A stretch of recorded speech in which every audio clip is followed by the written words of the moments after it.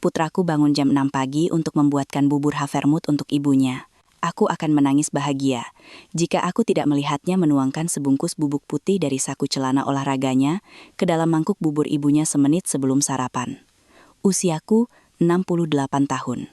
Aku bekerja sebagai detektif selama 30 tahun, dan aku tahu persis seperti apa rupa seseorang yang sedang melakukan sesuatu secara diam-diam. Dia melihat sekeliling. Putraku menoleh ke belakang, dan aku berdiri di koridor yang gelap, menyaksikan duniaku runtuh. Aku akan menceritakan seluruh kisah ini kepadamu, dari sendok pertama makanan hingga kata-kata terakhir yang diucapkan istriku kepada putra kami saat berdiri di depannya di dapur. Dan percayalah, kata-kata itu akan memukulmu lebih keras daripada apapun. Tapi aku hanya memintamu satu hal. Jika suatu saat hatimu terasa sesak, jangan pergi, tontonlah sampai akhir, karena tidak ada yang bisa menebak akhir dari cerita ini. Dan jika kau pernah mengalami sakitnya pengkhianatan dari orang-orang terdekatmu, tuliskan satu kata di kolom komentar. Paham, agar aku tahu aku tidak menceritakan ini sia-sia. Tekan suka agar cerita ini sampai kepada mereka yang membutuhkannya. Dan berlanggananlah jika belum, karena aku membagikan cerita seperti ini di sini setiap minggu. Aku sudah terbiasa bangun jam 5:30 pagi sepanjang hidupku, dan tidak ada masa pensiun yang bisa mengubahnya. 30 tahun bekerja di komite investigasi telah melatih tubuhku untuk bangun sebelum fajar, bahkan ketika sudah larut dan tidak ada pekerjaan yang menunggu di mejaku. Laksmi, istriku, selalu menertawakan kebiasaan ini dan berkata bahwa saat pensiun, aku hidup seolah-olah akan dipanggil ke tempat kejadian perkara kapan saja. Aku tertawa sebagai balasan dan pergi membuatkannya bubur Havermut, karena Laksmi sangat suka bubur Havermut di pagi hari dengan madu dan sedikit mentega. Dan aku telah memasakkan bubur ini untuknya setiap pagi selama sekitar 40 tahun. Dan aku tidak pernah bosan. Pada hari Sabtu itu, aku bangun seperti biasa jam 5:30, tetapi lampu di dapur sudah menyala. Aneh karena Danu, putra kami, yang datang mengunjungi kami bersama istrinya, Kirana, untuk akhir pekan, tidak pernah bangun pagi. Saat kecil, mustahil membangunkannya untuk sekolah. Setiap pagi, Laksmi berjuang melawannya, menarik selimut, dan dia bersembunyi di bawah bantal, menggoda ibunya dan memohon 5 menit lagi. Dan kemudian, pada jam 6 pagi di hari Sabtu, Danu ada di dapur. Aku berjalan pelan di koridor, bukan mengendap-endap, hanya kebiasaan. Aku selalu bergerak pelan di rumah agar tidak membangunkan Laksmi. Pintu dapur sedikit terbuka, dan aku berhenti, tertarik oleh pemandangan yang awalnya menghangatkan hatiku. Putraku yang berusia 40 tahun berdiri di dekat kompor, mengaduk bubur Havermut di panci. 4 piring, 4 sendok, madu, dan mentega sudah tertata di meja. Dia sedang menyiapkan sarapan untuk keluarga, untuk ibunya. Aku hampir saja masuk, hampir mengatakan sesuatu yang lucu kepadanya, seperti keajaiban masih terjadi, dan anak-anak berusia 40 tahun terkadang bangun sebelum orang tua mereka. Tetapi sesuatu menahanku. Mungkin itu kebiasaan profesionalku, mengamati sebelum bertindak. Mungkin itu insting yang tidak dapat dijelaskan yang telah menyelamatkan hidupku lebih dari sekali selama 30 tahun bekerja. Danu mengangkat panci dari kompor dan mulai menuangkan bubur ke dalam mangkuk. 4 mangkuk, 4 porsi. Lalu dia meletakkan panci di wastafel dan mengeringkan tangannya dengan handuk.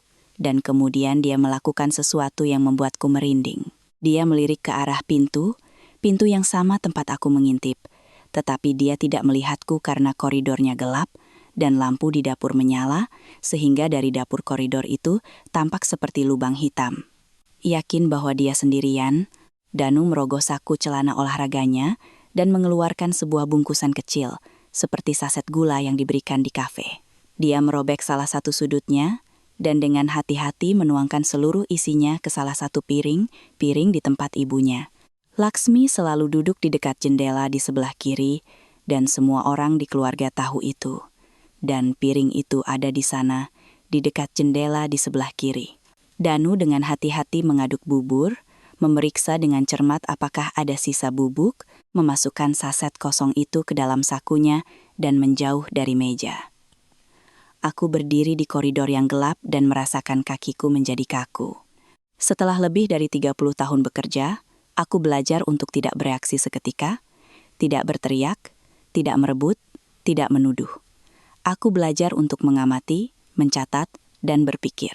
Tapi ini bukan tersangka di ruang interogasi. Ini adalah putraku yang berkulit sawo matang. Anak laki-laki yang kuajari naik sepeda, yang kamarnya kutempeli wallpaper dinosaurus, yang kugendong melintasi halaman saat pergelangan kakinya terkilir di kelas 5. Dan anak laki-laki ini baru saja secara diam-diam memasukkan sesuatu ke dalam bubur ibunya. Pikiran pertamaku adalah yang paling berguna. Mungkin itu vitamin? Mungkin suplemen makanan yang Kirana, wanita yang sangat sadar kesehatan, minta ditambahkan oleh mertuanya. Mungkin itu hanya kolagen, kunyit, atau salah satu bubuk yang sedang tren saat ini. Tapi jika itu vitamin, mengapa harus menoleh ke belakang? Mengapa menyembunyikan sasetnya? Mengapa melakukannya secara diam-diam pada jam 6 pagi ketika semua orang masih tidur? Aku diam-diam kembali ke kamar tidur dan duduk di tepi tempat tidur. Laksmi tidur nyenyak, menghadap ke dinding. Napasnya teratur dan tenang. Aku memandangi punggungnya, bahunya yang kurus di bawah gaun tidurnya, rambutnya yang beruban tersebar di bantal, dan berpikir tentang bagaimana aku telah mencintai wanita ini selama 43 tahun. Dan bagaimana seseorang baru saja mencoba menyakitinya. Dan orang itu adalah putra kami. Aku memaksakan diri untuk bangkit, mencuci muka, dan masuk ke dapur seolah-olah tidak terjadi apa-apa. Danu sudah duduk di meja, menelusuri ponselnya, dan terlihat sangat tenang. Dia tersenyum padaku dan berkata bahwa dia memutuskan untuk bangun pagi, untuk membuat sarapan untuk semua orang, bahwa ibu akan senang karena kemarin dia lelah memasak makan malam untuk semua, dan dia ingin ibunya beristirahat. Setiap kata yang diucapkannya hangat dan penuh perhatian. Dan jika aku tidak melihat apa yang kulihat 5 menit yang lalu, aku akan sangat tersentuh. Aku akan memeluknya dan mengatakan bahwa dia adalah anak yang baik. Tapi aku sudah melihatnya, dan sekarang aku harus berpikir. Aku berkata kepada Danu bahwa dia anak yang baik dan ibunya akan sangat senang. Lalu aku mulai membuat teh, bergerak di dapur dengan rutinitas biasa, sambil menghitung setiap tindakanku. Aku harus menukar piring itu. Aku harus memastikan Laksmi tidak makan dari piring itu, tetapi aku tidak bisa membuang buburnya, karena Danu akan curiga aku tahu sesuatu. Dan aku perlu memahami situasinya sebelum membuat kesimpulan terburu-buru. 30 tahun kerja investigasi telah mengajarkanku satu aturan emas. Jangan pernah bertindak sampai kau memahami gambaran keseluruhannya. Sekitar 20 menit kemudian, Laksmi bangun. Dia masuk ke dapur dengan daster lamanya, melihat meja yang sudah tertata dan terkesiap karena terkejut. Danu membuat sarapan, sungguh menyenangkan. Anak yang perhatian. Dia memeluk Danu, mencium puncak kepalanya seperti anak kecil, dan dia membalas pelukannya dan berkata bahwa dia pantas beristirahat. Aku berdiri di sampingnya, memegang teko, mengamati adegan itu, dan rasanya seperti seseorang perlahan-lahan memutar pisau di dadaku. Lalu Kirana muncul, segar, dengan riasan lengkap, dan mengenakan pakaian rumah yang indah yang mungkin lebih mahal dari seluruh isi lemariku. Dia mencium pipi Laksmi dan mengatakan betapa cantiknya dia terlihat, bahwa warna daster itu sangat cocok untuknya. Laksmi tersipu senang, karena sepanjang hidupnya dia malu dengan daster tua ini, dan sekarang menantunya memujinya. Kirana tahu bagaimana cara menawan saat dibutuhkan. Dia bisa tersenyum dengan cara yang membuat orang merasa menjadi satu-satunya dan yang paling penting di dunia. Aku pernah memperhatikan ini sebelumnya, tetapi aku menganggapnya sebagai hasil didikan yang baik. Semua orang duduk di meja. Laksmi di dekat jendela, Kirana di seberangnya, Danu di sebelah istrinya. Aku tetap di tempatku yang biasa, lebih dekat ke pintu. Di depanku ada semangkuk bubur bersih. Di depan Laksmi ada mangkuk yang telah ditaburi bubuk oleh Danu. Aku harus bertindak wajar agar tidak ada yang curiga. Aku bangkit dari meja dan berkata aku lupa memotong roti dan mengambil mentega dari kulkas, meskipun sudah ada mentega di meja. Aku berpura-pura tidak memperhatikannya, membuka kulkas, mengeluarkan mentega dan roti, lalu mengambil pisau dan mulai memotong roti di talenan. Kemudian, Kembali ke meja dengan roti dan mentega di tangan, aku dengan canggung meraih ke seberang meja dan mendorong tempat roti ke samping. Dan dalam gerakan itu, aku menukar piring. Aku mendorong piring Laksmi ke arah Kirana dan piring Kirana ke arah Laksmi. Gerakan itu begitu biasa dan alami sehingga tidak ada yang menyadarinya. 30 tahun bekerja dengan barang bukti. Tangan masih mengingat. Semua orang mulai makan. Laksmi menambahkan madu ke dalam buburnya, mengaduknya, mencicipinya, dan memuji Danu karena membuat bubur seperti miliknya, karena dia telah mengajarinya dengan sangat baik. Danu tersenyum pada ibunya dengan begitu lembut dan hangat, sehingga pikiran itu melintas di kepalaku lagi. Mungkin aku salah, mungkin aku paranoid. Seorang lelaki tua dengan paranoia senil, dan putraku hanya menambahkan bumbu yang tidak berbahaya ke dalam bubur ibunya. Tapi kemudian Kirana, yang makan dalam diam dan cepat, karena dia selalu makan cepat, tiba-tiba berhenti. Sendoknya jatuh dari tangannya dan berdentang di tepi piring. Aku melihat tangannya mulai gemetar, seolah-olah tersengat listrik. Wajahnya menjadi pucat dengan cepat, seolah-olah semua darah tiba-tiba terkuras dari kulitnya. Dia mencengkeram tepi meja, dan Laksmi berteriak, bertanya, "Ada apa? Ada apa dengannya?" Danu melompat, menabrak kursinya, dan kursi itu jatuh ke lantai dengan suara keras sehingga aku tersentak. Tapi pandanganku tidak tertuju pada Kirana yang semakin lemah, tetapi pada putraku. Karena Danu tidak melihat istrinya terlebih dahulu, melainkan ibunya, piringnya, mangkuk bubur di dalamnya.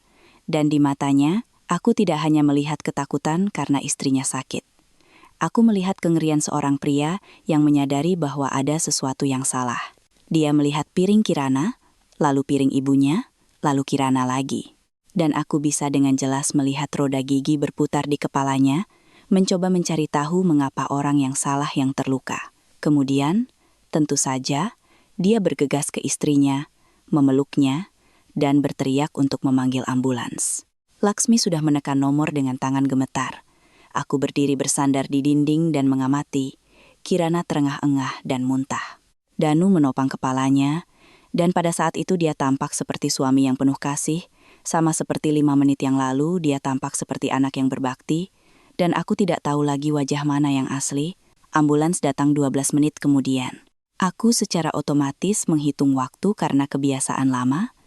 Para medis, seorang pemuda dengan mata lelah, dengan cepat memeriksa Kirana, mengukur tekanan darahnya, memberinya suntikan, dan mengatakan bahwa dia perlu dirawat di rumah sakit, sepertinya keracunan akut, tetapi perlu diselidiki. Kirana dibawa pergi. Danu pergi bersamanya, dan Laksmi dan aku ditinggal sendirian di apartemen, yang 5 menit yang lalu penuh dengan kehangatan keluarga, tetapi sekarang berbau muntah dan bencana. Laksmi duduk di kursi dan terus mengulang, "Ya Tuhan, apa yang terjadi padanya? Mungkin tekanan darah, atau alergi, atau buburnya tidak segar." Aku memeluknya dan berkata bahwa semuanya akan baik-baik saja, dokter akan mencari tahu. Mungkin hanya keracunan makanan atau reaksi terhadap sesuatu. Laksmi mengangguk, berpegangan pada kata-kataku seperti pelampung, dan aku merasa seperti orang terakhir yang bertahan, karena aku tahu yang sebenarnya, tetapi tidak bisa memberitahunya, karena kebenarannya terlalu mengerikan. Putramu ingin meracunimu, Laksmiku, anak laki-lakimu, yang memelukmu 1 jam yang lalu, dan yang kau cium puncak kepalanya. Ketika Laksmi pergi ke kamarnya untuk berbaring karena sakit kepala akibat stres, aku kembali ke dapur, duduk di meja, dan menatap piring-piring itu. Sisa bubur di piring Kirana masih ada sejak dia sakit. Masih ada sedikit bubur di dalamnya, masih ada bubuk itu. Aku bangkit, mengambil kantong plastik dari bawah wastafel. Dengan hati-hati, tanpa menyentuh tepinya, membungkus piring dan sisa bubur di dalamnya, lalu meletakkannya di sudut terjauh kulkas, di belakang toples selai, di mana Laksmi tidak pernah melihat. Kemudian, aku membungkusnya dengan cara yang sama, sendok yang digunakan Kirana untuk makan. Itu adalah kebiasaan seorang penyelidik. Kau harus mengamankan bukti, bahkan jika kau belum tahu apakah kau akan membutuhkannya, terutama ketika kau belum tahu. Lalu aku menelepon Danu, dan dia menjawab dengan suara berbisik, mengatakan bahwa Kirana sedang diperiksa, bahwa belum ada yang jelas, bahwa kondisinya stabil. Aku menyuruhnya untuk tidak khawatir, bahwa ibunya khawatir bahwa semuanya akan baik-baik saja.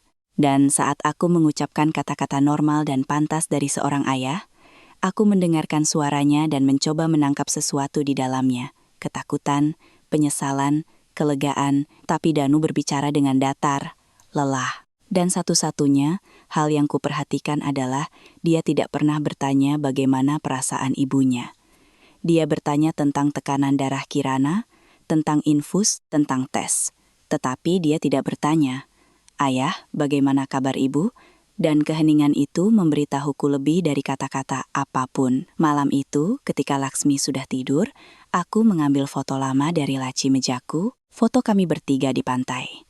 Aku berusia sekitar 30 tahun saat itu. Laksmi muda, coklat, dengan gaun musim panas putih. Dan di antara kami ada Danu, sekitar 5 tahun. Dia memeluk ibunya dengan kedua tangan, menempelkan pipinya ke perut ibunya, dan tersenyum. Salah satu gigi depannya tanggal yang membuat senyumnya terlihat lebih bahagia. Lebih kekanak-kanakan, lebih tidak masuk akal jika digabungkan dengan apa yang terjadi pagi ini.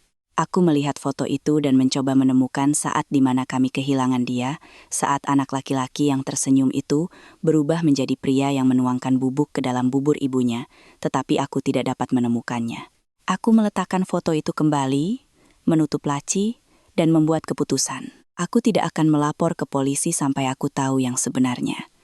Pertama, aku perlu mencari tahu apa yang terjadi, siapa di baliknya, mengapa, dan apa sebenarnya yang ada di dalam paket itu. Karena jika aku salah, jika ternyata itu vitamin atau omong kosong lainnya, aku akan menghancurkan keluargaku dengan tanganku sendiri. Dan jika aku benar, maka keluargaku sudah hancur. Dan yang tersisa bagiku hanyalah mencari cara untuk membereskan reruntuhan itu. Aku mematikan lampu di kantorku dan pergi tidur. Tahu aku tidak akan bisa tidur. Laksmi bernapas dengan tenang di balik dinding, dan aku berbaring dalam kegelapan, berpikir tentang bagaimana besok pagi aku akan membuatkan bubur havermut untuknya, sama seperti yang kulakukan setiap hari selama 40 tahun, dan di dalamnya hanya akan ada havermut, madu, dan mentega. Dan selama aku hidup, akan selalu seperti itu. Pagi itu, aku bangun lebih awal dari biasanya, jam 5. Meskipun aku tidur tidak lebih dari 2 jam, aku terus gelisah sepanjang malam, memutar ulang adegan di dapur dalam pikiranku. Dan setiap kali aku memejamkan mata, aku melihat gambar yang sama. Tangan putraku merobek kantong di atas piring dan tatapannya cepat, sembunyi-sembunyi, asing. Aku berpakaian diam-diam dan menulis catatan untuk Laksmi yang mengatakan aku akan pergi ke pasar untuk membeli ikan segar karena dia suka ikan pada hari Minggu. Dan alasan ini tidak akan menimbulkan kecurigaan. Aku meninggalkan apartemen dengan hati-hati menutup pintu di belakangku, tapi aku tidak pergi ke pasar. Aku pergi menemui Budi, mantan rekanku, yang bekerja sebagai ilmuwan forensik selama 30 tahun dan pensiun setahun sebelum aku. Budi dan aku telah menangani begitu banyak kasus bersama, sehingga kami memiliki ikatan yang lebih dari sekadar persahabatan. Itu adalah persaudaraan. Jika kau mau, yang terbentuk di antara orang-orang yang berjuang bukan melawan musuh, tetapi melawan kebejatan manusia. Budi tinggal di seberang kota, di sebuah apartemen 1 kamar yang penuh dengan buku-buku tentang kimia dan kedokteran forensik. Karena dia tidak bisa berhenti membaca literatur profesional saat pensiun, seperti pensiunan lain membaca koran. Ketika aku membunyikan bel pintunya pada jam 5.30 pagi di hari Minggu, dia membukanya semenit kemudian, mengenakan kaos dan memegang secangkir kopi. Dia sama sekali tidak terkejut, karena dia sudah mengenalku selama 30 tahun dan tahu bahwa jika Pramono membunyikan belnya pada jam seperti itu adalah sesuatu yang serius. Aku mengeluarkan piring dan sendok yang terbungkus kantong plastik, meletakkannya di meja dapurnya, dan berkata aku perlu analisis tidak resmi tentang apa yang ada di dalamnya. Budi melihat piring itu, lalu aku, lalu piring itu lagi. Dia tidak bertanya dari mana asalnya atau mengapa. Dia hanya mengangguk dan berkata itu akan memakan waktu beberapa hari karena dia perlu mendapatkan reagen dari seorang teman di laboratorium. Tapi dia akan mencoba mempercepatnya. Aku berterima kasih padanya dan pergi ke pasar. karena aku benar-benar perlu membeli ikan agar catatan yang kutinggalkan untuk Laksmi bukan kebohongan, dan aku sudah terlalu banyak berbohong padanya. Ketika aku pulang dengan sekantong ikan nila dan seikat daun kemangi, Laksmi sudah bangun. Dia sedang duduk di dapur, minum teh, dan berbicara di telepon dengan Danu. Wajahnya berseri-seri karena lega, dan ketika dia melihatku, dia melambai dan berkata pelan, "Kirana sudah merasa lebih baik." Aku meletakkan kantong itu, duduk di sebelahnya, dan mendengarkan Laksmi berbicara dengan putranya, bertanya tentang infus dan tes, menasihati Kirana untuk minum lebih banyak dan makan sup, mengirimkan salam, dan berharap dia cepat sembuh. Kekhawatirannya begitu tulus, sehingga membuatku sakit. Wanita ini khawatir tentang menantunya, yang mungkin ingin membunuhnya. Dia khawatir dengan cara yang hanya bisa dilakukan oleh orang berhati murni, yang tidak bisa membayangkan bahwa orang terdekat bisa ingin menyakitinya. Laksmi mengakhiri panggilan dan dengan gembira memberitahuku bahwa dokter mengatakan itu kemungkinan besar reaksi terhadap beberapa makanan, mungkin intoleransi terhadap beberapa komponen dalam bubur, dan Kirana akan dipulangkan dalam beberapa hari. Aku mengangguk dan berkata itu berita bagus. Laksmi menambahkan bahwa Danu sangat mengkhawatirkan istrinya, bahwa dia terdengar lelah, bahwa dia menghabiskan malam di rumah sakit di kursi, kasihan dia, dan bahwa dia harus membawakannya sesuatu untuk dimakan. Aku menatapnya dan berpikir bahwa dia hidup di dunia di mana putra mencintai ibu, menantu perempuan mencintai ibu mertua, dan keluarga adalah benteng yang tak tertembus. Dan aku tidak tahu apakah aku berhak menghancurkan dunia ini, tidak sampai aku tahu kebenarannya. Setelah makan siang, aku memberitahu Laksmi bahwa aku akan pergi ke rumah sakit untuk mengunjungi Kirana dan membawakan makanan untuk Danu. Laksmi mengemas seluruh tas, semur daging, kaldu dalam termos, roti, dan pastel yang sempat dia buat pagi itu. Karena istriku tidak bisa diam dan, bahkan saat mengkhawatirkan menantunya, dia membuat pastel isi sayur dan terus berkata bahwa Danu perlu makan dengan benar. Aku mengambil tas itu dan pergi. Kirana berada di kamar rumah sakit untuk 2 orang, pucat dengan infus, tetapi dia tidak lagi terlihat seperti sedang sekarat. Dia bahkan tersenyum padaku dan berkata, "Terima kasih sudah datang." Aku meletakkan tas makanan di meja samping tempat tidur dan bertanya tentang kesehatannya, dan dia mengatakan bahwa dokter berbicara tentang reaksi alergi atau intoleransi makanan, bahwa mereka sedang melakukan tes, dan semuanya akan segera jelas.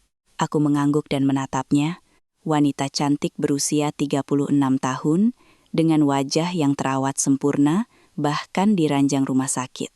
Mencoba memahami apa yang dia ketahui tentang semua kekacauan ini. Apakah dia tahu Danu memasukkan sesuatu ke dalam makanan? Apakah dia terlibat? Atau apakah dia hanya korban keadaan? Wajahnya tidak menunjukkan apa-apa. Tenang dan berterima kasih. Dan aku berpikir bahwa jika dia terlibat, maka dia adalah aktris yang jauh lebih baik daripada putranya. Lalu aku pergi ke koridor, tempat Danu duduk di kursi plastik. Dia tampak mengerikan. Wajahnya pucat, lingkaran hitam di bawah matanya, pakaiannya kusut.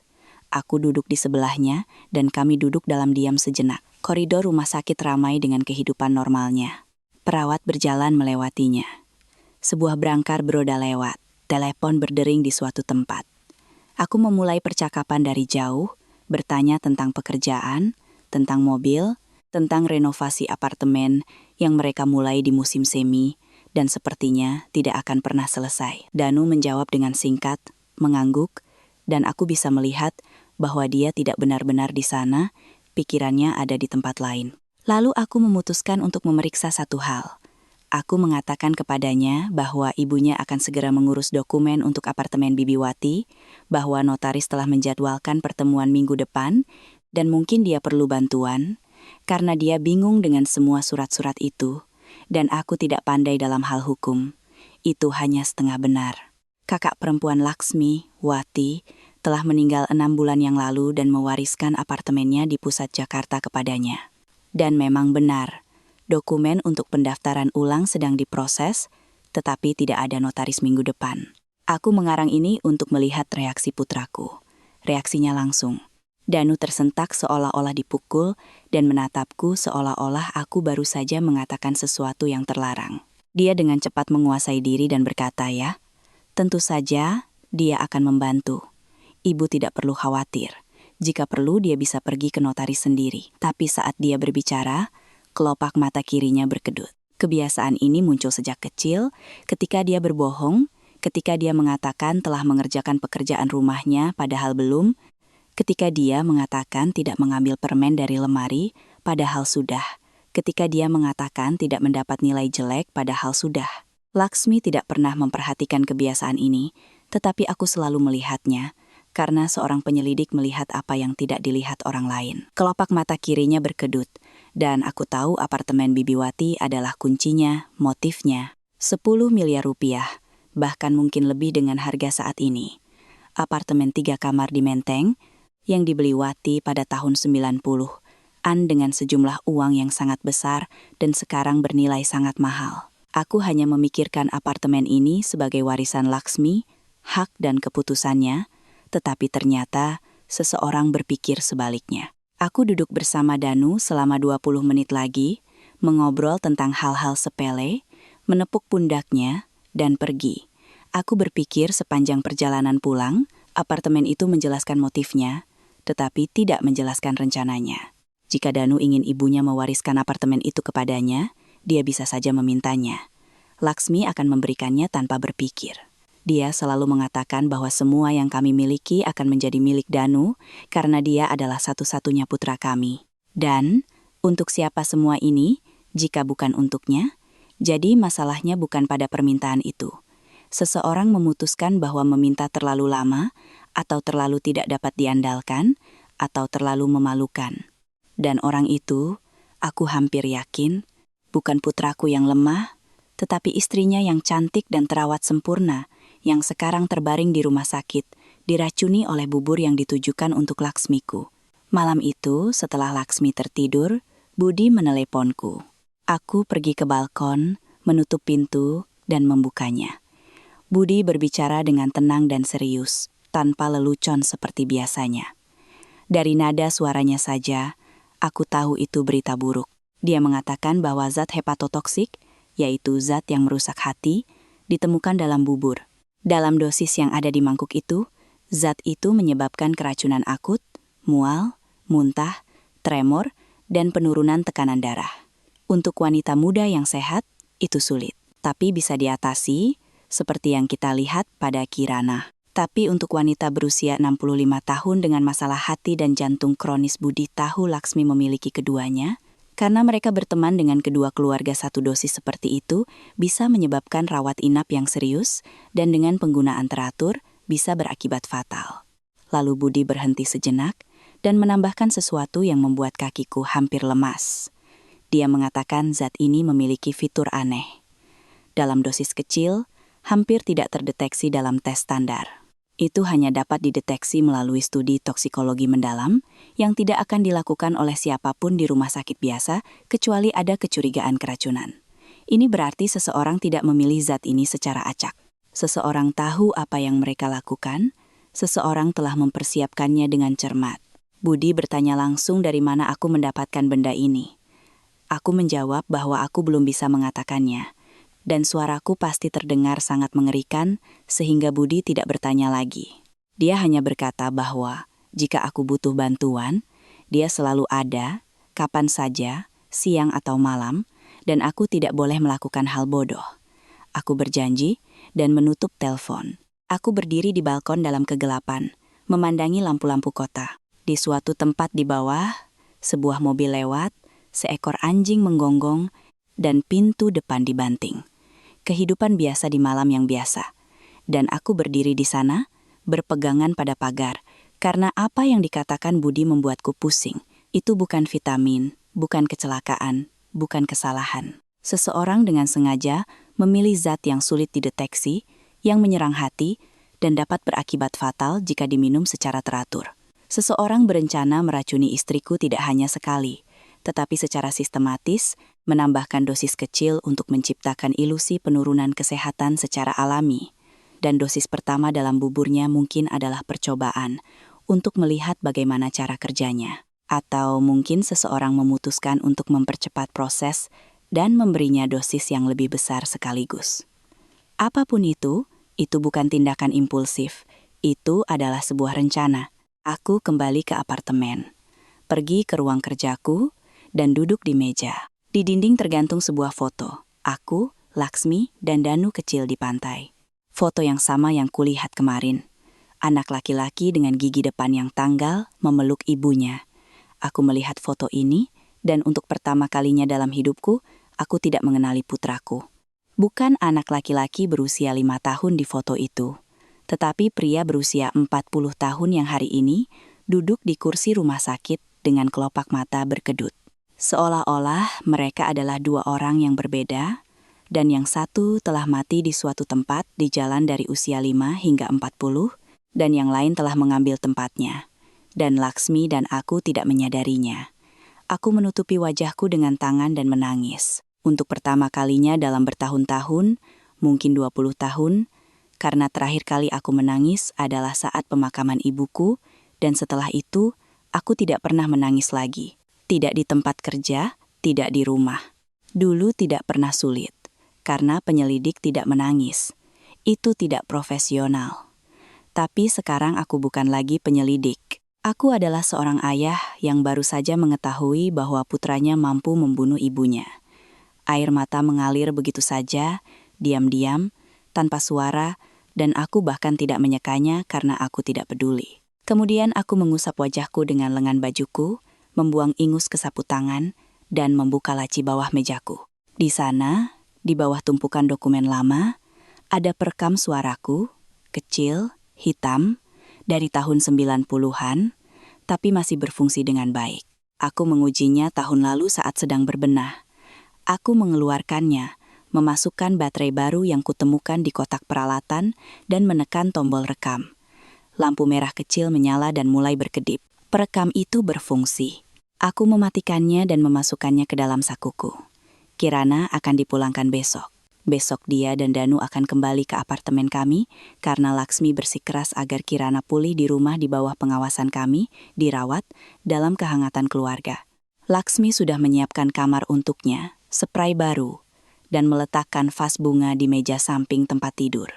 Untuk wanita yang mungkin ingin membunuhnya, istriku menyiapkan bunga di meja samping tempat tidur. Dan besok, ketika mereka kembali, aku akan siap. Perekam suara akan berada di dapur, tersembunyi di balik beberapa toples sereal di rak yang tidak pernah diperhatikan siapapun. Jika putraku dan istrinya mengatakan sesuatu di antara mereka sendiri tentang apa yang terjadi, aku akan mendengarnya, karena penjahat selalu suka berbicara. Selama 30 tahun berpraktik, aku belum pernah bertemu satupun yang bisa diam selamanya. Cepat atau lambat, mereka perlu mendiskusikan apa yang salah, menyesuaikan rencana, saling menyalahkan, dan ketika mereka berbicara, aku akan mendengarkan. Aku berbaring di tempat tidur di sebelah Laksmi, yang tidur begitu nyenyak sehingga aku merasa malu pada seluruh dunia ini, di mana orang-orang seperti dia menjadi sasaran. Dia berbalik dalam tidurnya, meletakkan tangannya di dadaku, seperti yang selalu dia lakukan sepanjang hidup kami bersama, dan bergumam, tanpa bangun, "Mas, aku di sini." Aku meraih tangannya, dan berbaring di sana dalam kegelapan, berpikir bahwa selama aku hidup, tidak ada yang akan menyentuh wanita ini. Tidak seorang pun. Bahkan jika orang itu adalah putraku sendiri. Kirana dipulangkan pada hari Selasa, dan Danu membawanya ke tempat kami dengan mobil tua yang dia beli dengan kredit 3 tahun lalu dan masih dia cicil. Laksmi menyambut mereka di pintu seolah-olah mereka adalah prajurit yang kembali dari medan perang. Dia memeluk Kirana, mendudukkannya di sofa, lalu membawakannya selimut, bantal, teh jahe, dan semangkuk kaldu ayam yang telah dia masak khusus untuk menantunya sejak pagi. Kirana menerima perhatian ini dengan senyum penuh terima kasih, mengatakan dengan suara kecil yang sedikit bergetar bahwa dia sudah merasa jauh lebih baik. Para dokter mengatakan, ini adalah reaksi biasa terhadap sesuatu dalam makanan, tidak ada yang serius, hanya perlu istirahat beberapa hari. Laksmi mengangguk, mengelus tangan Kirana, dan terus berkata bahwa di rumah ini dinding-dindingnya akan menyembuhkan, dan dia akan memberinya makanan rumahan yang baik, dan semuanya akan baik-baik saja. Aku berdiri bersandar pada kusen pintu di koridor dan mengamati pemandangan ini, melakukan apa yang terbaik yang bisa kulakukan. Aku mengamati. Kirana tampak lebih pucat dari biasanya, tetapi dia menjaga postur tubuhnya tetap tegak dan matanya, yang bagi Laksmi tampak lelah dan sakit, bagiku tampak sangat berbeda. Ada kewaspadaan di dalamnya, kewaspadaan yang cepat dan gigih dari seseorang yang terjebak dalam situasi di luar kendalinya, mencoba mencari tahu apa yang sebenarnya salah. Dia terus-menerus melirik tajam ke arah Danu, ketika dia pikir tidak ada yang melihat. Dan Danu meringkuk di bawah tatapan itu, secara fisik menjadi lebih kecil, bahunya terkulai, dan dia menghindari kontak mata. Aku melihat interaksi ini sejelas dokter melihat sinar X. Siapa komandannya, siapa bawahannya, siapa yang berpikir, dan siapa yang bertindak. Kirana adalah dalangnya, Danu adalah bonekanya, dan benang di antara mereka begitu tegang sehingga bergetar setiap kali mereka saling memandang. Malam itu, aku memulai rencanaku. Ketika semua orang sudah di kamar masing-masing, aku masuk ke dapur, pura-pura minum air, mengeluarkan perekam dari sakuku, menyalakannya, dan menyembunyikannya di rak paling atas lemari dapur, di belakang toples beras ketan 3 liter yang tidak pernah disentuh siapapun. Perekam itu kecil dan hitam, hampir tidak terlihat di rak yang gelap, bahkan jika kau mencarinya dengan cermat. Aku menghitung bahwa baterainya akan bertahan sekitar 8 jam perekaman terus-menerus. Ini sudah cukup karena aku yakin, jika Kirana dan Danu akan membahas kasus mereka akan melakukannya di dapur pada malam hari, atau dini hari, saat Laksmi dan aku sedang tidur. Penjahat selalu memilih dapur. Aku tahu ini dari pengalaman, karena dapur adalah satu-satunya tempat di apartemen, di mana kau bisa datang kapan saja tanpa menimbulkan kecurigaan. Keesokan harinya, sesuatu yang tidak terduga terjadi, sesuatu yang hampir membuatku meragukan semua yang ku ketahui. Aku pulang dari jalan-jalan dan mendengar suara ketukan dari kamar mandi. Aku membuka pintu dan melihat Danu berlutut di depan wastafel, memegang kunci pas, memperbaiki keran yang sudah bocor selama 3 bulan. Laksmi berdiri di sampingnya, menyinarinya dengan senter ponsel. Keduanya tertawa, karena Danu menjatuhkan packing karet di celah di belakang pipa dan mencoba mengeluarkannya dengan tangannya, tetapi malah jatuh lebih dalam. Laksmi tertawa, tawa seorang ibu ketika anak-anak dewasa, mereka melakukan sesuatu yang konyol dan menyentuh pada saat yang sama, dan Danu juga tertawa. Dan pada saat itu dia begitu hidup, begitu nyata, begitu mirip dengan anak laki-laki di foto itu, sehingga napasku tercekat. Dia sedang memperbaiki keran di rumah ibunya, keran yang sama yang kuberitahukan padanya 6 bulan lalu, dan dia melambaikan tangan, mengatakan tidak punya waktu dan akan datang nanti. Dan disinilah dia memperbaikinya sendiri, tanpa diingatkan, pada hari Rabu pagi, ketika dia bisa saja berbaring di sofa atau berbicara di telepon. Dia berlutut di kamar mandi, memutar kunci, dan Laksmi bahagia. Dan aku berdiri di ambang pintu berpikir, ya Tuhan, mungkin aku akhirnya gila, mungkin aku seorang lelaki tua yang curiga, yang telah melihat penjahat selama 30 tahun dan sekarang melihat mereka, bahkan di dalam putranya sendiri. Mungkin bubuk itu benar-benar semacam aditif. Dan budi salah, laboratorium memberikan hasil yang salah, dan aku sedang membangun kastil di udara.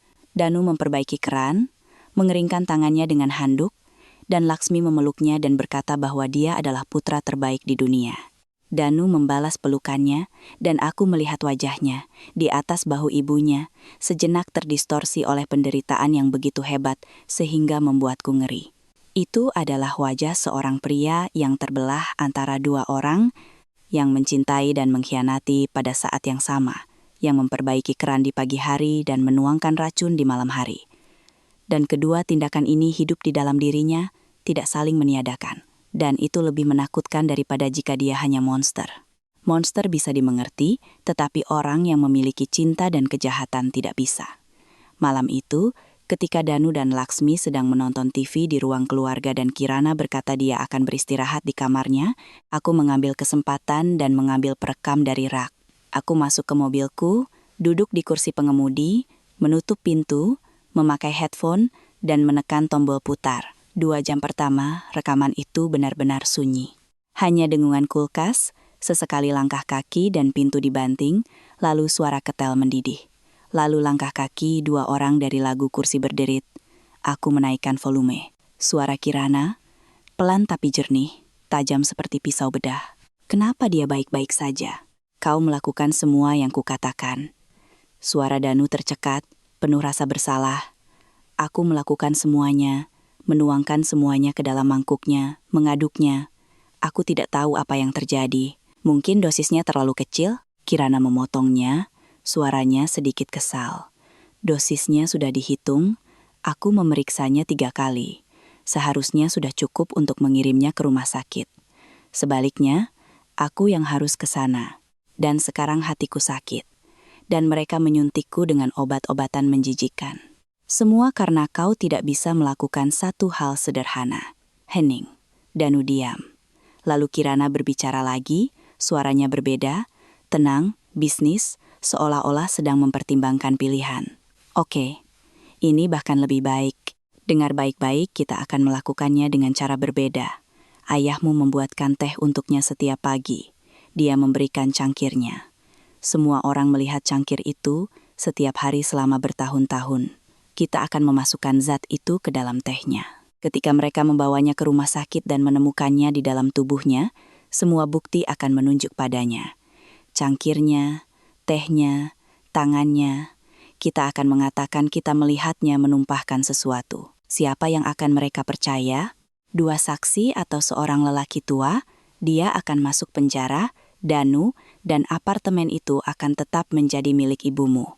Dan ketika dia juga pergi, maka semuanya akan menjadi milikmu, putra satu-satunya. Keheningan menyelimuti rekaman itu. Begitu sunyi, sehingga aku bisa mendengar jam dinding berdetak di dapur. Lalu suara Danu, sangat pelan, hampir berbisik. Ini ayahku, Kirana. Dan jawaban Kirana, dingin seperti besi di musim dingin. Ini apartemen di pusat Jakarta. Danu, 10 miliar, mungkin 12. Apa kau mau terus tinggal di lubang tikus kita ini? Mengendarai mobil kredit dan menghitung setiap rupiah sampai gajian? Orang tuamu duduk di atas tumpukan emas dan bahkan tidak berusaha membantumu. Ibumu mendapatkan apartemen ini dan bahkan tidak berpikir untuk memberikannya kepadamu. Dan kau memperbaiki kerannya, dan dia berterima kasih. Terima kasih untuk apa, Danu? Karena telah membesarkanmu, dan sekarang percaya mereka tidak berutang apa-apa padamu? Hening lagi, lalu suara yang tidak langsung ku kenali, dan ketika ku kenali, tenggorokanku tercekat. Danu menangis pelan, terisak-isak, seperti seorang pria yang terbiasa menyembunyikan air matanya. Dan Kirana tidak menghiburnya, tidak memeluknya, tidak mengasihaninya. Dia menunggu. Dia menunggunya selesai menangis, seperti orang menunggu hujan reda sebelum melanjutkan. Dan ketika dia diam, dia mengatakan hal terakhir, kita akan melakukannya pada hari Jumat. Aku sudah menyiapkan semuanya. Zat baru, dosis berbeda. Kali ini aku akan menghitung dan mengukurnya sendiri. Kau hanya perlu menambahkannya. 5 detik, Danu, 5 detik, dan dalam 6 bulan, kita akan tinggal di Menteng. Rekaman itu berakhir dengan suara kursi bergeser, langkah kaki, dan saklar lampu ditekan. Aku duduk di mobil, dalam kegelapan, memakai headphone, dan rasanya seperti tidak ada lagi udara di dalam mobil. Aku menurunkan kaca jendela, dan udara malam yang dingin menerpa wajahku. Tapi itu tidak membuatku merasa lebih baik. Tanganku gemetar, dan aku mencengkeram setir untuk menenangkannya. Aku mencengkeramnya begitu erat hingga buku-buku jariku memutih. Itu bukan kepanikan.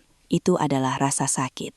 Rasa sakit yang murni dan tanpa syarat dari seorang pria yang baru saja mendengar putranya setuju untuk meracuni ibunya dan menjebak ayahnya. Bukan karena apa-apa, bukan karena balas dendam, bukan karena kebencian, tetapi karena apartemen, karena luas, karena alamat di peta. Dan hal yang paling menakutkan dalam rekaman itu bukanlah rencana Kirana, karena Kirana adalah orang asing bagiku.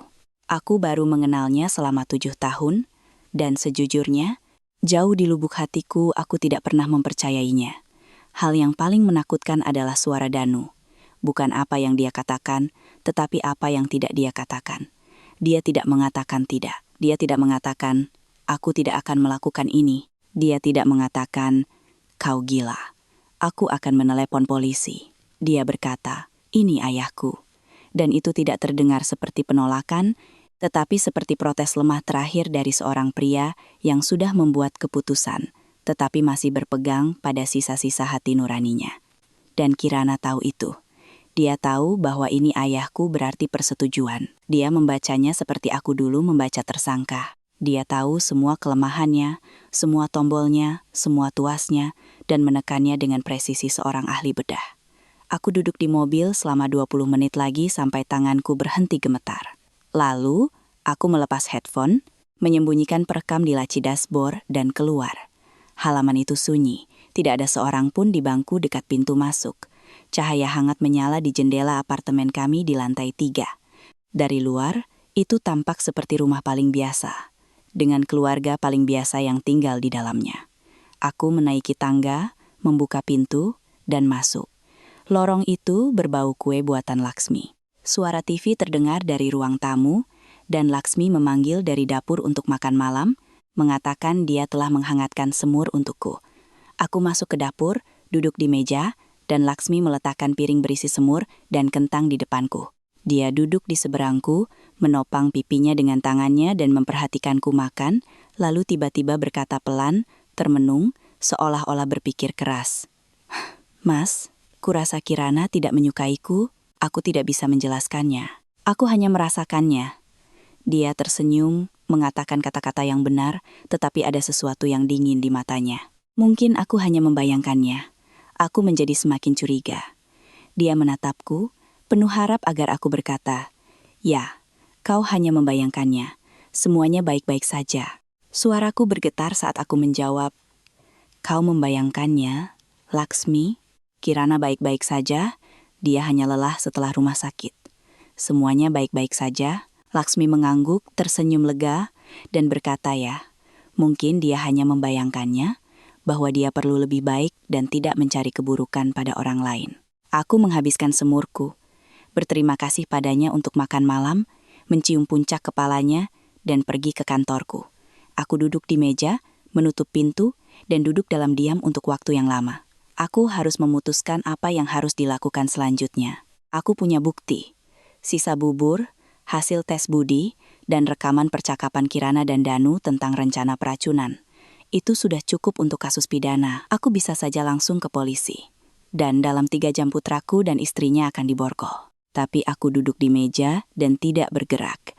Karena menangkap penjahat saat kau seorang penyelidik adalah satu hal, tetapi memenjarakan putramu sendiri saat kau seorang ayah adalah hal lain sama sekali. Jumat. Mereka bilang Jumat. Aku punya waktu 2 hari. 2 hari untuk memutuskan apakah akan memberi putraku kesempatan untuk memperbaiki dirinya sendiri atau mengikuti hukum. 2 hari untuk mencari tahu apakah masih ada sisa dari anak laki-laki yang memeluk ibunya di pantai dan tersenyum tanpa gigi depan di dalam danuku. 2 hari untuk mencari tahu apakah suara darah lebih kuat dari suara wanita yang mengubah putraku menjadi senjata melawan ibunya sendiri. Aku mematikan lampu dan pergi tidur. Dan malam itu aku bermimpi. Danu, seorang anak laki-laki berusia sekitar 5 tahun, berlari ke arahku di sepanjang pantai, memegang cangkang kerang, dan dia berteriak, "Ayah, lihat apa yang kutemukan." Dan aku berdiri di sana, terpaku, karena ada kantong bubuk kosong yang tergeletak di pasir di antara kami, dan dia berlari lurus ke arahnya, dan aku tidak bisa menghentikannya. Pagi itu dimulai dengan Laksmi yang hampir menghancurkan segalanya. Aku bangun jam 5:30, seperti biasa, dan langsung ke dapur, karena setiap pagi bagiku sekarang tidak dimulai dengan kopi, tetapi dengan memeriksa apakah semuanya ada di tempatnya, tidak ada yang bergeser, tidak ada yang muncul di atas meja. Dapur itu kosong dan bersih, piring-piring di lemari, cangkir di rak, dan aku menghela napas lega. Tetapi segera perasaan berat di dada, yang sudah menjadi hal biasa dalam beberapa hari terakhir, kembali. Aku menyalakan ketel, mengeluarkan havermut, dan mulai membuat bubur untuk Laksmi, seperti setiap pagi. Tanganku bergerak secara otomatis, gerakan yang sudah biasa. Air, havermut, sejumput garam, api kecil, aduk perlahan agar tidak gosong. Aku berdiri di dekat kompor, dan memikirkan tentang besok, tentang hari Jumat, hari yang telah ditetapkan Kirana untuk upaya keduanya, dan aku memutar-mutar pilihan di kepalaku. Aku tidak hanya perlu melindungi Laksmi. Aku perlu melakukannya dengan cara yang akan memberiku bukti, karena rekaman saja mungkin tidak cukup bagi pengadilan. Pengacara Kirana akan mengklaim rekaman itu diedit, atau konteksnya dihilangkan, atau mereka sedang mendiskusikan plot film. Aku harus menangkap mereka basah tanpa membahayakan Laksmi. Bubur sudah matang, teh sudah diseduh, dan aku menata meja untuk 2 orang, karena Danu dan Kirana masih tidur. Laksmi keluar dari kamar tidur, tersenyum mengantuk padaku, dan duduk.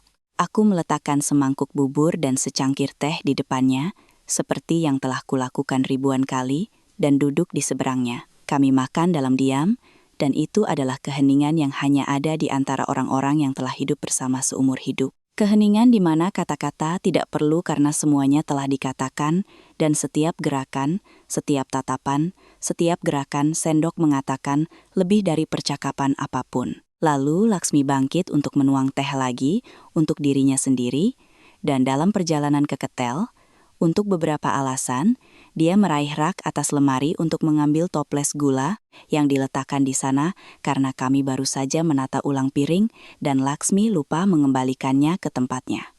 Dia berjinjit, mengulurkan tangan, dan aku melihat jari-jarinya menyusuri rak, melewati toples beras ketan, tepat ke tempat perekam suaraku berada.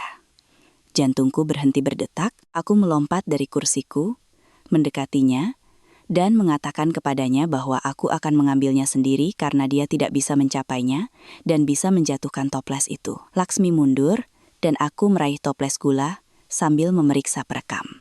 Benda itu ada di sana, hitam di rak yang gelap, tidak terlihat, dan aku dengan cepat mendorongnya lebih jauh ke belakang, menutupinya lebih baik dengan toples. Laksmi tidak memperhatikan, mengambil toples gula dari tanganku, dan kembali ke meja. Tapi cerita itu tidak berakhir di situ. Sore itu, ketika aku akan pergi membeli roti, tetapi sebenarnya sedang duduk di mobil mendengarkan rekaman pagi itu lagi, Laksmi menelepon dan mengatakan sesuatu yang aneh. Dia bilang dia menemukan benda hitam di lemari dapur yang terlihat seperti korek api dan bertanya apakah itu milikku. Aku membeku. Ternyata dia menemukan perekam.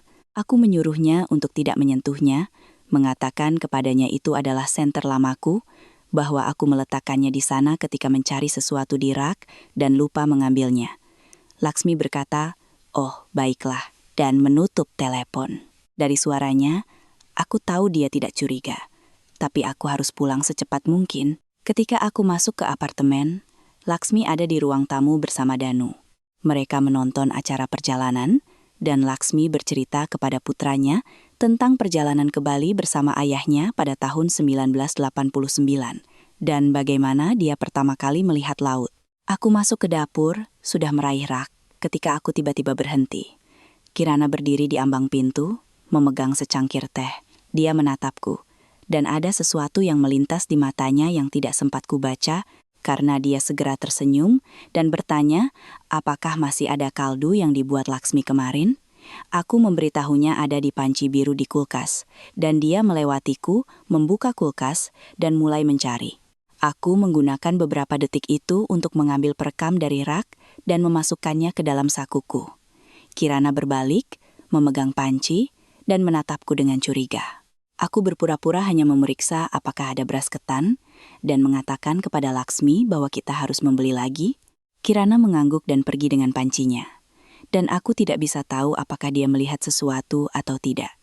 Wajahnya benar-benar kosong, seperti etalase toko di mana kau tidak bisa melihat ke dalam. Malam itu, aku tidak mengembalikan perekam ke dapur. Terlalu berisiko. Laksmi sudah menemukannya. Kirana mungkin juga sudah, dan jika salah satu dari mereka menemukan perekam yang sedang berjalan, konsekuensinya akan sangat buruk. Aku membutuhkan pendekatan yang berbeda. Aku perlu berbicara dengan putraku. Bukan menuduh, bukan mengekspos, bukan menunjukkan bukti, hanya berbicara. Ayah dan anak, dan melihat apakah masih ada sesuatu yang hidup di dalam dirinya. Aku menunggu sampai malam, ketika Laksmi dan Kirana sedang menonton sinetron di ruang tamu, dan aku memanggil Danu untuk membantuku di garasi. Kami turun ke halaman, masuk ke garasi, dan aku menyalakan bola lampu redup yang tergantung di kabel telanjang di suatu tempat di dekatnya, bergoyang tertiup angin. Garasi itu berbau bensin dan ban bekas. Kaleng cat berjejer di rak, perkakas berserakan. Semuanya begitu akrab, begitu kebapakan, sehingga untuk sesaat sepertinya tidak ada yang terjadi. Seolah-olah kami hanya dua orang yang datang untuk memperbaiki beberapa perangkat keras. Aku meminta Danu untuk membantuku memindahkan kotak peralatan berat yang berdiri di sudut, menghalangi akses ke rak. Kami mengambil kotak itu bersama-sama, mengangkatnya, memindahkannya, dan sementara Danu membersihkan debu dari tangannya, aku mulai berbicara tentang bubur, bukan bubuk, bukan apartemen.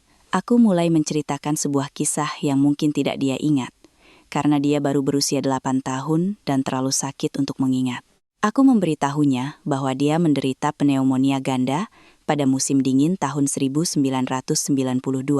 Dokter datang, mendengarkannya, dan kemudian dengan tenang mengatakan kepadaku di koridor agar Laksmi tidak mendengar bahwa situasinya kritis, bahwa dia perlu dirawat di rumah sakit tetapi tidak ada tempat tidur, ada wabah dan anak-anak terbaring di koridor, dan lebih baik merawatnya di rumah jika memungkinkan.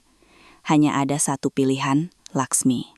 Dia tidak meninggalkan sisi Danu selama 12 hari.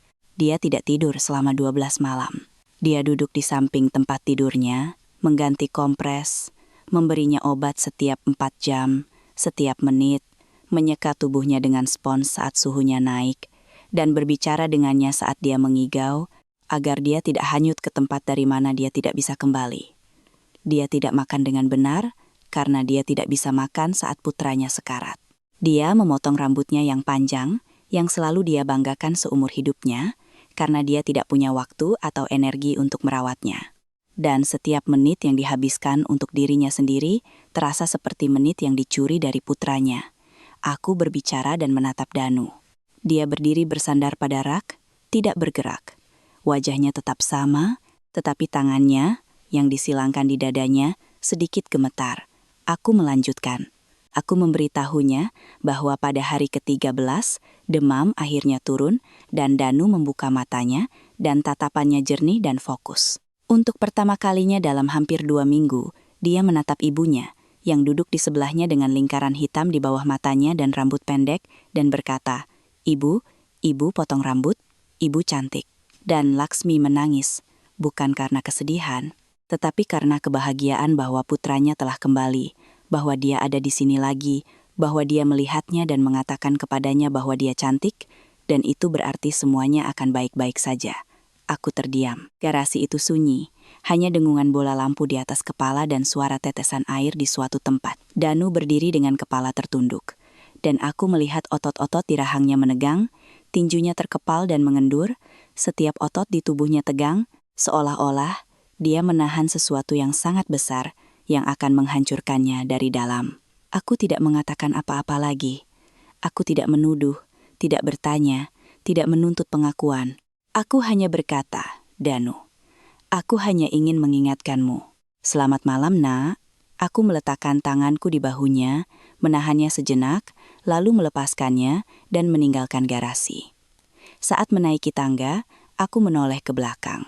Melalui celah di pintu garasi, aku melihat Danu berdiri sendirian, dalam cahaya redup bola lampu, bahunya gemetar. Dia membungkuk, menopang tangannya di lutut, dan tetap dalam posisi itu, seolah-olah dia baru saja dipukul di perut. Dia tidak mengeluarkan suara, tetapi aku tahu dia menangis. Karena begitulah cara dia menangis saat kecil, ketika dia tidak ingin ada yang melihat air matanya. Diam-diam, membungkuk, menutupi wajahnya, aku naik ke apartemen, melepas pakaian, dan berbaring di tempat tidur. Laksmi sudah tidur. Aku berbaring di sana dan menunggu. Menunggu Danu kembali, menunggu dan mendengarkan. Setengah jam kemudian, pintu depan dibanting, dan langkah kaki pelan terdengar di sepanjang koridor. Lalu derit pintu kamar tempat Danu dan Kirana tidur. Lalu hening, dan kemudian, melalui dinding, suara Kirana yang teredam, cepat dan berwibawa. Aku tidak bisa mendengar kata-katanya, tetapi nadanya jelas. Dia bertanya, menginterogasi, menuntut laporan. Dan suara Danu hanya satu suku kata, tanpa emosi. Lalu suara Kirana menjadi lebih keras, lebih tajam, dan aku menangkap satu kata, besok. Lalu semuanya sunyi. Aku berbaring dalam kegelapan dan menyadari bahwa ceritaku di garasi tidak mengubah apapun, atau setidaknya tidak cukup. Kirana lebih kuat. Cengkeramannya lebih kuat dari ingatan seorang ibu yang tidak tidur selama 12 malam. Atau mungkin Danu terlalu hancur, terlalu patah, terlalu terikat pada wanita ini yang selama 7 tahun telah mengubahnya menjadi bayangan dari dirinya yang dulu. Aku ingat dia sebelum bertemu dengannya. Ceria, banyak tertawa, sedikit konyol tapi baik hati. Dia bekerja di kantor biasa, mendapatkan gaji biasa, tetapi puas dengan hidupnya. Dia pergi memancing dengan teman-temannya, menelepon ibunya setiap malam, dan mengunjungi kami setiap akhir pekan. Lalu Kirana muncul cantik, percaya diri, tahu apa yang dia inginkan dari hidup. Dan perlahan, sedikit demi sedikit teman-teman menghilang, panggilan telepon menjadi lebih jarang, kunjungan menjadi lebih jarang lagi. Dan suara Danu menjadi kosong, suara yang sekarang kudengar melalui dinding.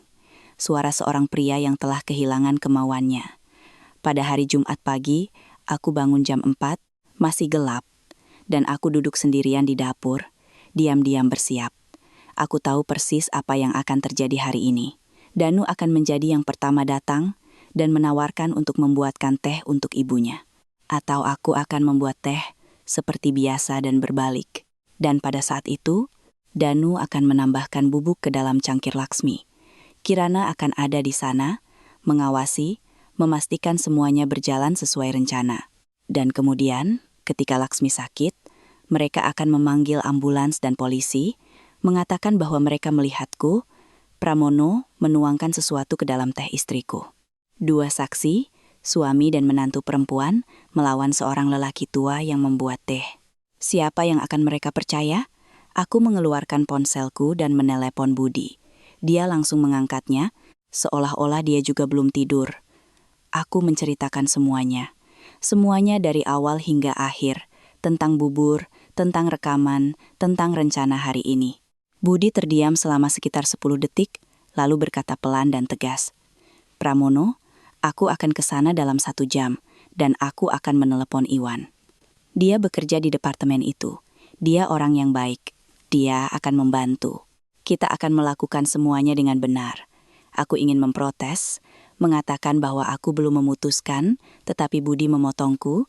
Pramono, kau sudah memutuskan. Kau memutuskannya saat kau menyelamatkan mangkuk bubur itu. Kau seorang penyelidik, dan kau tahu itu. Dia benar, aku tahu itu. Aku tahu itu sejak awal, hanya saja aku tidak bisa mengakuinya pada diriku sendiri. Aku menutup telepon, menyimpan ponsel, dan menunggu. Di luar, langit mulai terang, dan di suatu tempat di halaman, burung pertama mulai berkicau. Dan aku berpikir bahwa fajar ini mungkin yang terakhir bagi keluargaku, karena setelah hari ini, apapun hasilnya, tidak akan pernah sama lagi. Tidak untukku, tidak untuk Laksmi, tidak untuk Danu. Tapi Laksmi akan hidup. Dan itulah satu-satunya hal yang penting. Pada jam 4.30 pagi, aku masuk ke dapur dan melihat pemandangan yang sudah kusiapkan. Tetapi hingga saat terakhir aku berharap tidak akan kulihat. Danu sedang duduk di meja dalam kegelapan.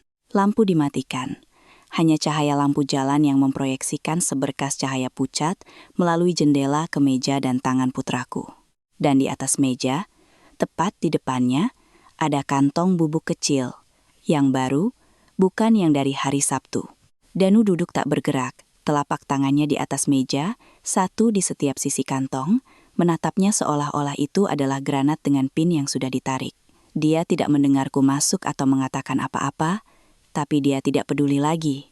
Aku berdiri di ambang pintu selama beberapa detik, lalu diam-diam mendekati meja dan duduk di seberangnya, tanpa menyalakan lampu.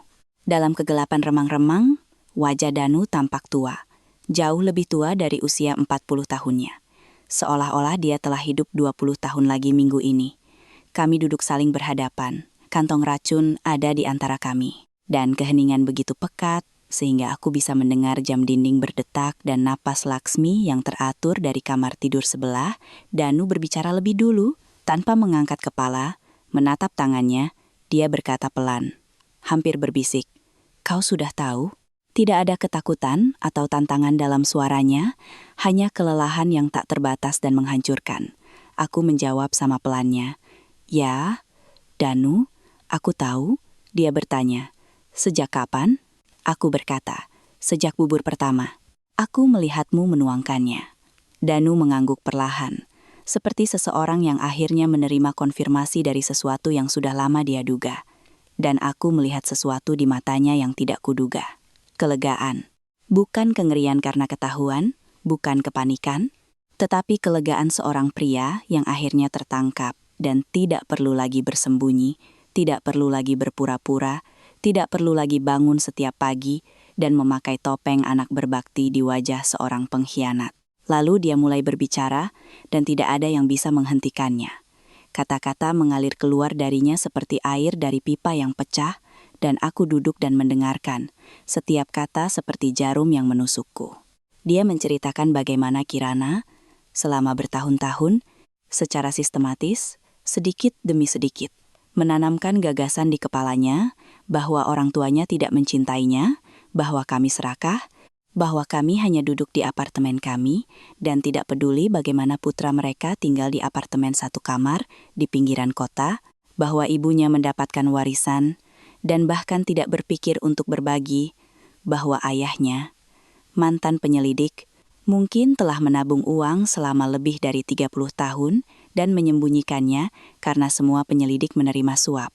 Danu awalnya tidak percaya, berdebat, membela kami, tetapi Kirana tidak menyerah. Dia mengulanginya setiap hari, setiap malam, sebelum tidur, saat sarapan, di mobil, saat berjalan-jalan. Setelah setahun, dia mulai ragu, dan setelah 3 tahun, dia mulai percaya, dan setelah 5 tahun, dia tidak bisa membedakan pikirannya dari pikirannya. Ketika apartemen Bibiwati muncul, Kirana berkata terus terang, entah kita mendapatkan apartemen ini, atau dia harus pergi. Dia tidak berteriak atau mengancam. Dia mengatakannya dengan tenang, datar. Seperti orang berkata, berikan garamnya, atau matikan lampunya. Dan ketenangan itu lebih menakutkan daripada teriakan apapun. Danu mengatakan kepadanya bahwa dia bisa bertanya kepada ibunya, bahwa Laksmi tidak akan pernah menolak. Dan Kirana tertawa. Dia mengatakan bahwa meminta itu memalukan, bahwa apartemen itu sudah menjadi hak mereka, bahwa Laksmi bisa saja menawarkannya tetapi tidak, yang berarti dia tidak akan melakukannya, dan karena itu mereka perlu bertindak berbeda. Dia menemukan zat itu di internet, membelinya melalui seorang perawat yang dikenalnya, menghitung dosisnya, dan membuat rencana agar Laksmi dirawat di rumah sakit dengan keracunan parah, dan Pramono akan menjadi tersangka utama karena dialah yang membuatkan teh dan bubur untuk istrinya setiap pagi. Dan 2 saksi, putra dan menantunya, akan mengkonfirmasi bahwa mereka melihat lelaki tua itu diam-diam memberinya sesuatu. Danu terdiam dan akhirnya mengangkat kepalanya. Dia menatapku dan mengatakan sesuatu yang membuat perutku mulas. Aku tidak ingin melakukan ini, Ayah, tetapi aku tidak berhenti. Dan ini bahkan lebih buruk. Aku tahu ini lebih buruk. Aku terdiam untuk waktu yang lama, menatap putraku dalam cahaya redup sebelum fajar, pria yang hancur, rusak, tersesat ini, yang pernah berlari ke arahku di sepanjang pantai dengan cangkang kerang di tangannya, dan aku berpikir tentang bagaimana kebencian pada Kirana dan kasihan pada Danu bergejolak di dalam diriku dengan kekuatan yang sama, sehingga aku tidak tahu mana yang akan menang. Aku mengatakan kepadanya, kau punya satu kesempatan, Danu, hanya satu. Sekarang ibumu akan bangun, dia akan datang ke dapur, dan kau akan menceritakan segalanya padanya. Bukan kepadaku, tetapi kepadanya. Kau akan menatap matanya, dan memberitahunya apa yang akan kau lakukan padanya. Itu akan menjadi hal tersulit yang pernah kau lakukan dalam hidupmu. Tetapi jika kau melakukannya, aku akan tahu bahwa putraku masih hidup. Dan jika tidak, aku punya mangkuk bubur, cangkir teh, hasil forensik, dan rekaman percakapanmu dengan istrimu, di mana dia menjelaskan cara meracuni ibumu dan memenjarakan ayahmu. Wajah Danu menjadi lebih pucat, meskipun sepertinya tidak mungkin lebih pucat lagi. Dia menatapku lama, lalu mengangguk perlahan. Kami duduk dan menunggu. Fajar mulai menyingsing. Langit berubah dari hitam menjadi abu-abu, lalu biru, burung-burung mulai berkicau lebih keras. Dan di suatu tempat di bawah, mobil pertama menderu. Tepat jam 6 kurang 27 menit, langkah kaki terdengar di koridor, dan Laksmi masuk ke dapur dengan daster lamanya, mengantuk, dan dengan rambut acak-acakan. Dia melihat kami berdua duduk di meja, melihat wajah kami, dan berhenti di ambang pintu. Senyum yang baru saja mulai terbentuk di bibirnya perlahan memudar, digantikan oleh kecemasan. Dia bertanya, "Apa yang terjadi? Kenapa kita begitu serius?" Aku diam dan menatap Danu. Dia duduk di sana, tangannya mencengkeram tepi meja, dan aku melihatnya mencoba bangkit, mencoba membuka mulutnya, tetapi tidak bisa. Kata-kata tersangkut di tenggorokannya, seolah-olah dia menelan pecahan kaca. Laksmi melangkah ke arahnya, mengulurkan tangan, ingin menyentuh dahinya, seperti yang dia lakukan saat kecil ketika dia sakit. Dan gerakan itu, gerakan ibu itu, tangan yang terulur dengan perhatian yang tidak pantas dia dapatkan, menghancurkan sesuatu di dalam dirinya. Danu membuka mulutnya dan mulai berbicara. Aku tidak akan menceritakan kembali apa yang dia katakan. Aku akan memberitahumu apa yang kulihat. Aku melihat wajah Laksmi. Aku melihatnya berubah.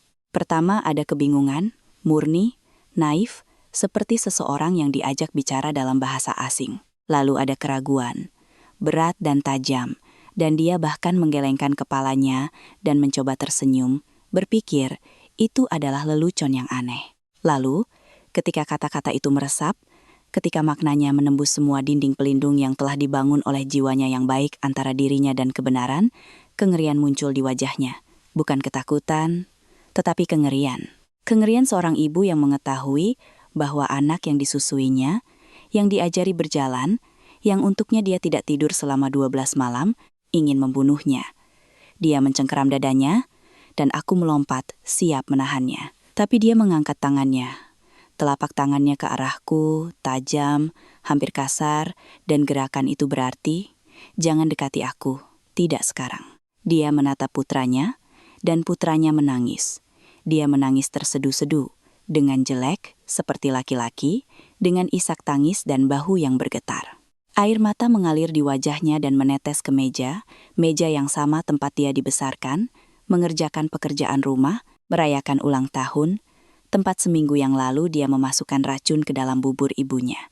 Laksmi berdiri dan menatapnya untuk waktu yang sangat, sangat lama. Mungkin 1 menit, mungkin 5, aku tidak tahu. Aku kehilangan jejak waktu. Dan kemudian dia mengucapkan satu kalimat. Pelan, tenang, tanpa air mata, tanpa teriakan. Dan kalimat itu menghantam lebih keras daripada apapun. "Danu, aku akan memberimu apartemen itu. Kau hanya perlu memintanya."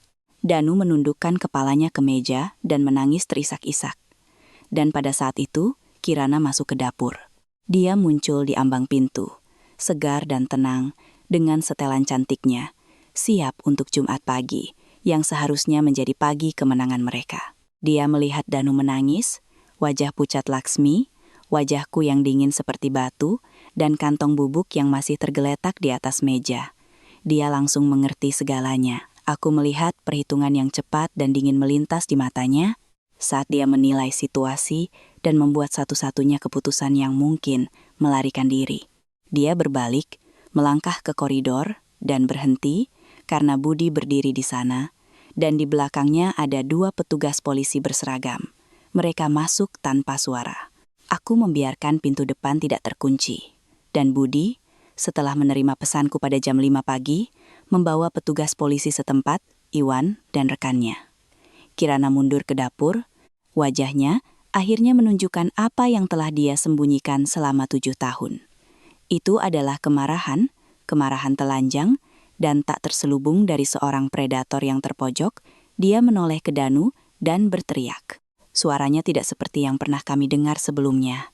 Melengking, penuh racun, penuh kebencian, pecundang. Kau tidak bisa melakukan satu hal sederhana, hanya satu. Dasar anak mama yang malang. Dia selalu seperti itu, dan akan selalu seperti itu. Dia berteriak tanpa henti, dan setiap kata yang keluar, darinya merobek lapisan penyamaran lainnya. Dan di bawah semua lapisan itu, Apa yang selalu ada di sana terungkap, perhitungan, keserakahan, dan ketiadaan hati nurani yang mutlak dan menakutkan. Laksmi menatap menantunya, yang untuknya dia memasak sup dan membentangkan taplak meja baru, dan di matanya, aku tidak melihat kebencian, tetapi sesuatu yang menyerupai belas kasihan, seolah-olah bahkan sekarang, bahkan setelah semua ini, istriku bisa merasa kasihan pada orang yang ingin membunuhnya. Polisi masuk ke dapur dan membawa Kirana pergi. Dia melawan, meronta, terus berteriak, menyalahkan semua orang di sekitarnya, dan teriakannya bergema di lorong untuk waktu yang lama, sampai akhirnya dibungkam oleh suara pintu yang dibanting. Budi menatapku dalam diam, mengangguk dan mengikuti polisi keluar, karena dia perlu menyerahkan foto-foto, piring, cangkir, hasil forensik, dan perekam dengan rekamannya. Kami bertiga ditinggal sendirian. Danu duduk di meja, lelah, terkuras hingga tetes terakhir. Laksmi berdiri di dekat jendela, membelakangi kami. Dan aku tidak bisa melihat wajahnya, hanya punggung dan bahunya yang sedikit gemetar. Aku tidak mendekatinya karena aku tahu dia butuh waktu. Waktu untuk mencerna yang tidak bisa dicerna. Waktu untuk memutuskan apakah dia akan bisa melihat putranya lagi tanpa rasa sakit. 5 menit berlalu, lalu 10, lalu 15. Jam di dinding berdetak. Matahari naik lebih tinggi, menerangi dapur dengan cahaya pagi yang terang. Dan dalam cahaya ini, segalanya tampak telanjang, sangat jelas, tanpa bayangan, tanpa nuansa. Lalu Danu perlahan bangkit dari kursinya, mendekat, dan berlutut di lantai dapur, di atas linoleum yang dingin, di depan wanita yang telah dia hianati. Laksmi berbalik dan menatap putranya. Lama sekali. Aku berdiri bersandar di dinding, menahan napas. Lalu Laksmi perlahan mengangkat tangannya dan meletakkannya di kepala putranya seperti yang dia lakukan saat dia sakit. Dengan ringan, tanpa bobot, dengan ujung jarinya. Danu menempelkan dahinya ke lutut ibunya dan membeku, dan mereka berdiri seperti itu, ibu dan anak. Dan aku memandang mereka dan melihat pengampunan, rasa sakit, cinta, dan sesuatu yang telah hancur yang tidak akan pernah bisa diperbaiki. Dia memaafkan, tetapi di matanya, jauh di dalam, aku melihat retakan yang sebelumnya tidak ada retakan tipis, hampir tak terlihat tetapi tak dapat disembuhkan. 1 jam kemudian, Danu pergi ke kantor polisi dan memberikan kesaksian melawan Kirana. Itu adalah pilihannya, pilihan pertamanya dalam bertahun-tahun. Aku membuat bubur havermut dan meletakkan 2 mangkuk di atas meja, 1 untukku dan 1 untuk Laksmi. Dia keluar dari kamarnya, duduk, dan mengambil sendok. Kami makan dalam diam. Bubur itu biasa, havermut, madu, sepotong mentega, tidak ada yang lain. Di luar jendela, hari baru dimulai, hari pertama dari kehidupan baru kami. Teman-teman, terima kasih banyak telah tinggal sampai akhir cerita ini. Ini adalah cerita yang sulit, dan aku harap ini telah menyentuh sesuatu yang dalam di dalam dirimu. Pengkhianatan terburuk bukanlah dari orang asing, tetapi dari orang yang paling kita cintai.